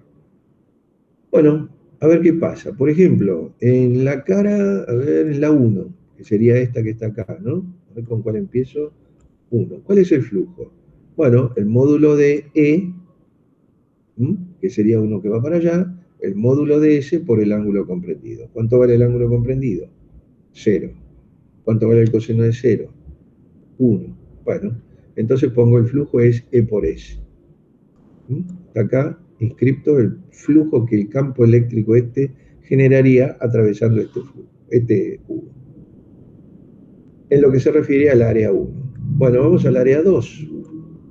El área 2, si el campo eléctrico viene en dirección indicada acá, hay un ángulo de 90 grados, o menos 90, como lo quieran ver, pero hay una transversalidad en este vectorial. Por lo tanto, tengo que poner el módulo de uno, el módulo del otro, por coseno de 90, que me da 0.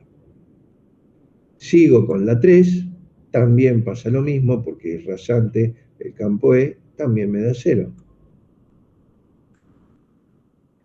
Voy a la cara 4, que es esta que está acá adelante.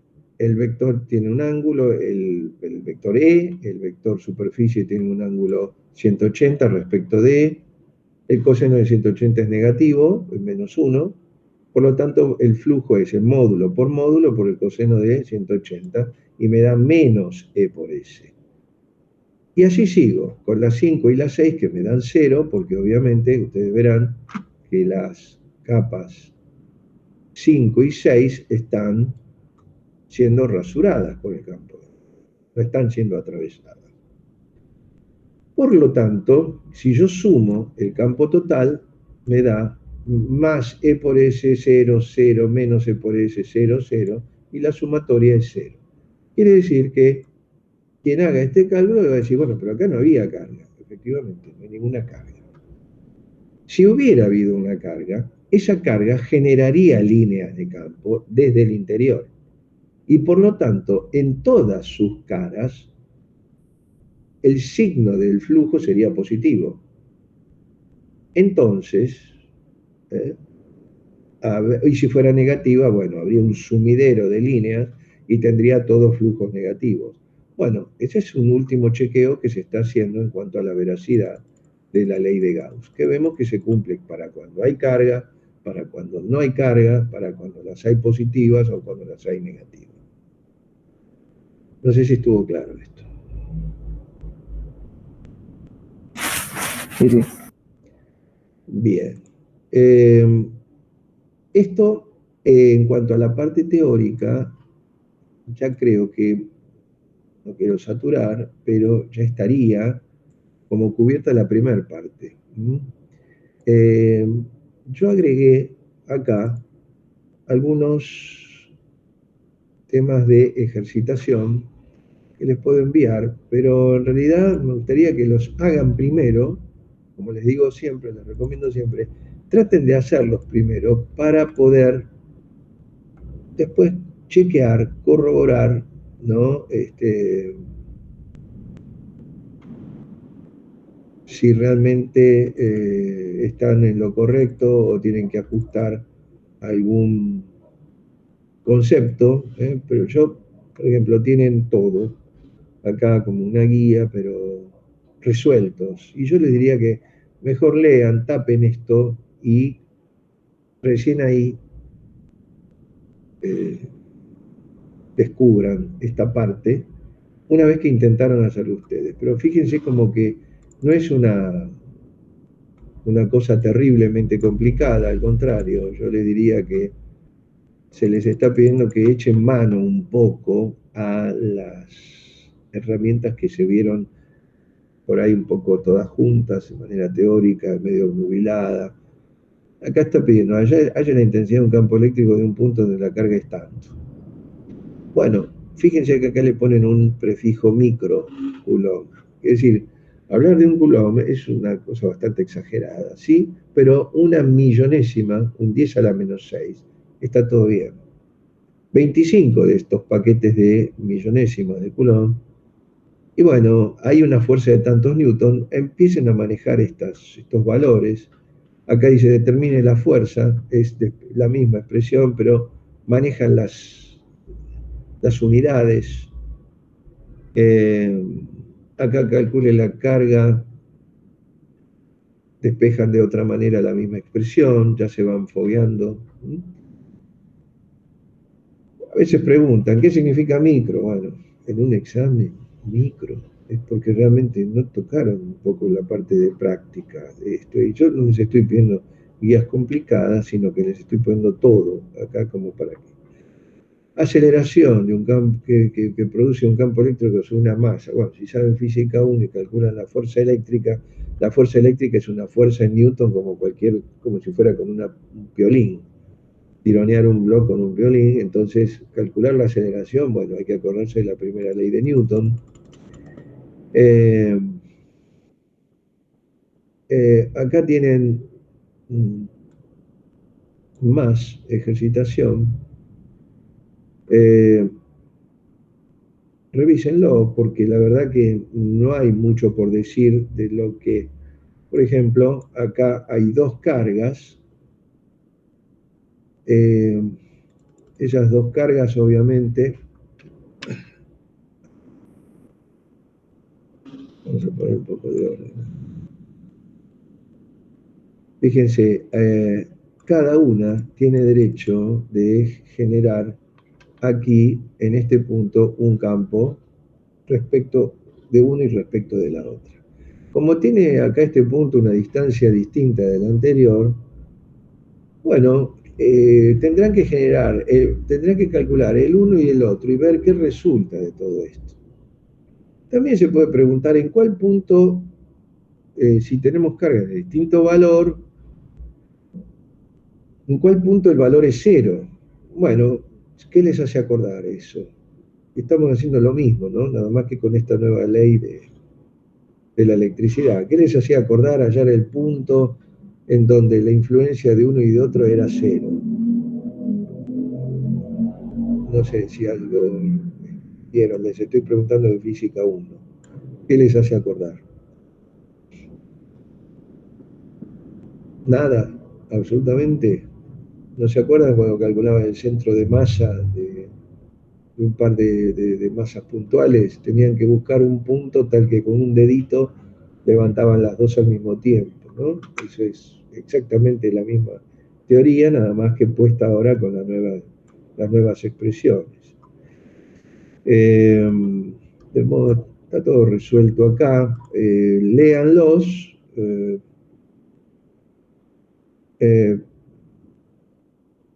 Lean todo. Por ejemplo, la parte, realmente lo que tienen que ver en estos ejercicios son más bien la parte geométrica, porque en realidad la parte eléctrica está finiquitada. Es decir, el campo eléctrico generado por una carga a una cierta distancia, ustedes ya lo pueden calcular sabiendo cuánto vale la carga.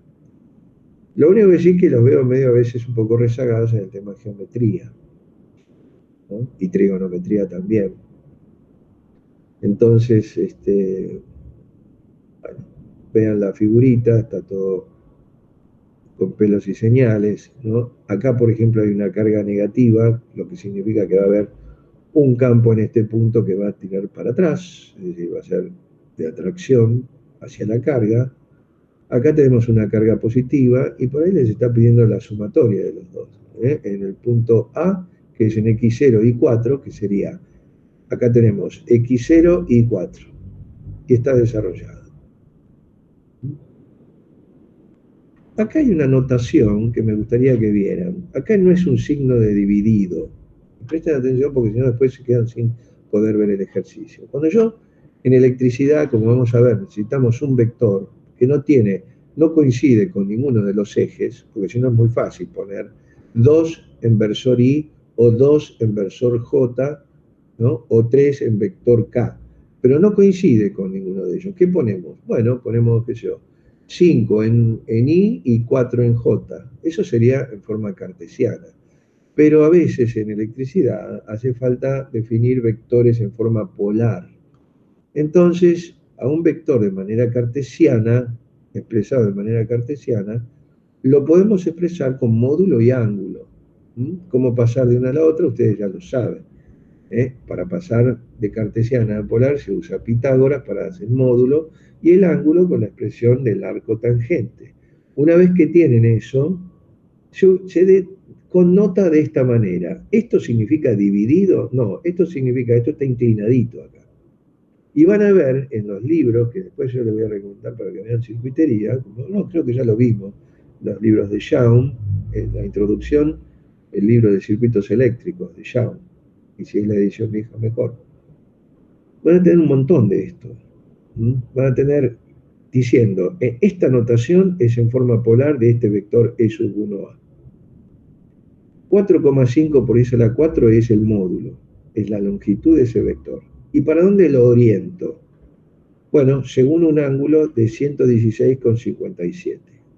Esto significa que estoy diciendo módulo, ángulo, con este símbolo que me lo está diferenciando en cuanto a la notación respecto de su módulo.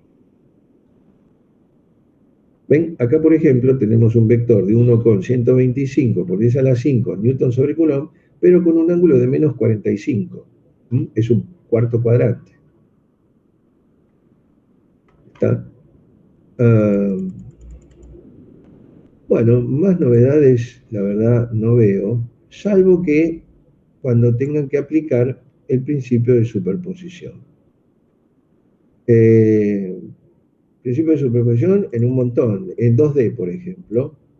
En 2D tienen este ejercicio de un hexágono. Acá está.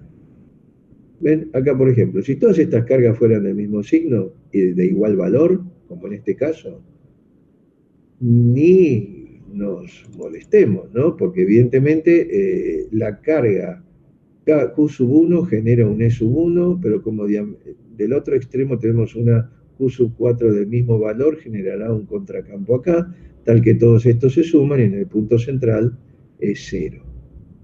Y yo les pediría, no subestimen estos problemas porque después, cuando veamos carga distribuida en la próxima clase, bueno, la cosa se podría complicar. Pero vean el principio de superposición como algo elemental, ¿no? Porque se puede realmente aplicar y sí se va a super aplicar cuando veamos carga distribuida. Ahí sí que va a haber un efecto netamente de superposición permanente, ¿no? Por ejemplo, en este otro problema, en donde las cargas no son iguales, bueno, se va a dar un neto, pero fíjense que acá hay un más 30 y acá hay un menos 30. Por lo tanto, estas dos cargas, en este caso, generarán un campo del mismo sentido. Estas dos, un campo en el mismo sentido, el E3 y el E6. Y esta, la 2 y la 5, en un mismo sentido. Quiere decir que el total va a haber que sumarlo vectorialmente. Tienen la suma hecha.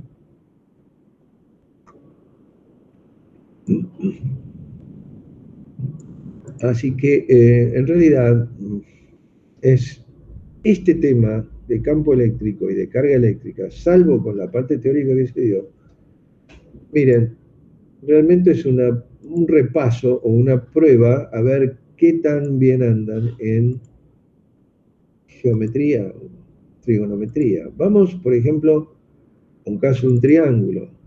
Un caso de un triángulo, fíjense que si tenemos todas las cargas iguales, de nuevo acá vamos a tener en el centro un valor nulo de campo. Pero acá está interesante porque piden, a ver un segundito, están pidiendo en este triángulo cuál será el valor del campo eléctrico si una de las cargas fuese positiva. ¿No? Solo una. ¿No? Perdón, fuese, disculpen que no veo bien, vamos a agrandar acá. Negativa. Bueno, cambia respecto de las otras dos. Bueno, fíjense que acá, obviamente, esta genera su propio campo, esta genera su propio campo, y en este caso, al ser todas del mismo signo, hay una sumatoria nula, pero acá me cambian el libreto porque en el segundo punto B, solo Q sub 1 es negativa. Entonces acá este vector cambia de sentido, lo que antes era E sub 1 para abajo, ahora es E para arriba, y habrá que sumar vectorialmente. Ese es el misterio de esta ejercitación de campo eléctrico. La novedad en realidad no es campo eléctrico, sino en realidad a ver cuán bien ando en la parte de geometría. Fíjense que se les da este cateto, perdón, este lado de este triángulo equilátero, y ustedes están, se les da este lado, pero ustedes están necesitando este semilado, y en realidad lo que están necesitando es esta distancia. Bueno, tendrá que ver con mucha paciencia este triángulo generado artificialmente para que esta distancia surja de la desproyección de este semilado en esta distancia desde el centro del triángulo hasta uno de sus vértices. Ojo que acá el ángulo recto está aquí y esto va a ser la hipotenusa de este triangulito. Bueno, con ese nivel de detalle me gustaría que vieran. Ahora, eso es en 2D, en el plano. ¿Hay algo más? Sí, hay una posibilidad de que aparezca un 3D. Entonces, fíjense que acá lo único que hay que saber de nuevo es calcular las distancias en el plano, en el espacio. Se está dando todo el enunciado, pero tienen que poner mucho detalle en la lámina. Fíjense cómo, visto desde arriba o visto de costado, todo es calculable, porque el asunto es esta distancia, ¿no? El A cuadrado más B cuadrado más Z cuadrado. Fíjense que esta distancia es la clave, por ejemplo, para calcular este campo. ¿Por qué esta distancia es así? Bueno, porque esta distancia en el espacio es un Pitágoras de otro Pitágoras en el plano. Es decir, que esto que está acá es lo que en matemática 3 le llaman identidad de Parseval, pero en realidad es un repitágoras. Es un Pitágoras plano que da el A cuadrado más B cuadrado raíz y forma esta hipotenusa, que es un cateto a su vez del 3D, el que está emergiendo del Z. Entonces pongo esto al cuadrado, que me da A cuadrado más B cuadrado, más esta distancia faltante. Y obtengo los vectores de cada uno. Lo que pasa es que acá hubo mucho trabajo después para poder dibujar, porque lo recuerdo penosamente, porque fue un terrible esfuerzo de gráfica para que se pueda ver de distintas partes esto, ¿no? Y acá el cálculo de cada uno de los versores para poder hacer un cálculo limpio. Bueno, y yo creo que hoy sí que el detalle, ¿no? Está todo muy detallado. Bueno, esto es una cuestión de tener paciencia y de ver parte por parte y llegar siempre a lo mismo, ¿no? A cuánto vale el campo, que es la carga sobre la distancia al cuadrado, dividido 4pi epsilon 0. O sea, es decir, esa teoría quedó crónica. Lo que hay que pelearla es en la parte gráfica, ¿sí? La parte gráfica para que se puedan obtener las distancias. ¿Quién diría que en realidad el objetivo es obtener distancias? Bueno, ¿alguna duda conceptual de todo esto? Creo que por hoy ya es bastante. Por ¿Duda? mi parte, no. Bueno, esto lo encuentran en bibliografía, a rajatabla.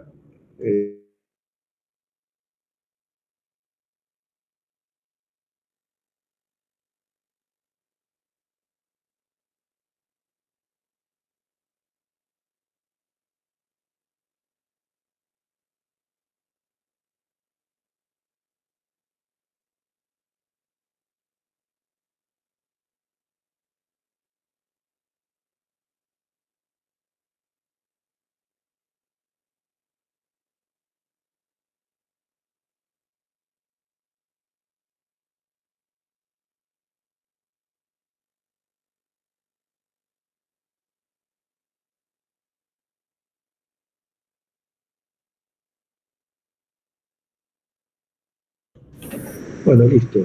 No sé si está claro. ¿Se Profe, escuchó? ¿Sí? en el parcial, ¿los ejercicios van a ir más como así los que usted nos presenta o van a ir más allá? Porque yo estuve buscando algunos ejercicios y algunos son muy distintos a lo que estamos viendo. Mire, yo no creo eso porque de una manera u otra todas van a redundar. Yo lo que me apego es, no puedo hacer en base a una universalidad, porque entonces, bueno, no sé qué resultado voy a tener del examen. Ustedes saben que esta materia es infinita, pero yo estoy acotando para que por lo menos ustedes tengan herramientas y manejarse. Eh, si yo doy esto y después tomo otra cosa, entonces ¿para qué doy esto? Es más, yo no voy a... los parciales no creo que tengan mucho de escrito en los enunciados. Tiene un pequeño escrito con la lámina alusiva, cosa que no quede absolutamente ninguna duda de qué se está preguntando y que las condiciones estén rápidamente en la cabeza del alumno.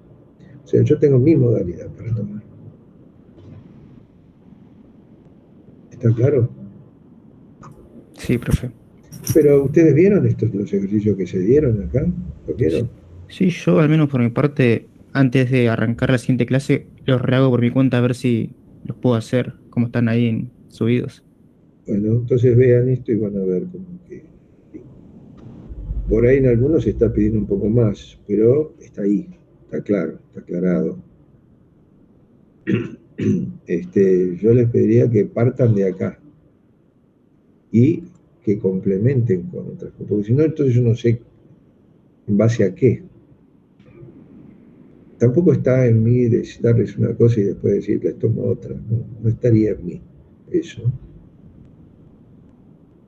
Pero tampoco tomar idéntico, porque eso hubo hasta una queja también por parte de uno de los alumnos. No quería que tomen idéntico lo que yo daba. Bueno. Así que no, la cuestión es leer, estudiar y nada más. No especular. ¿Qué más?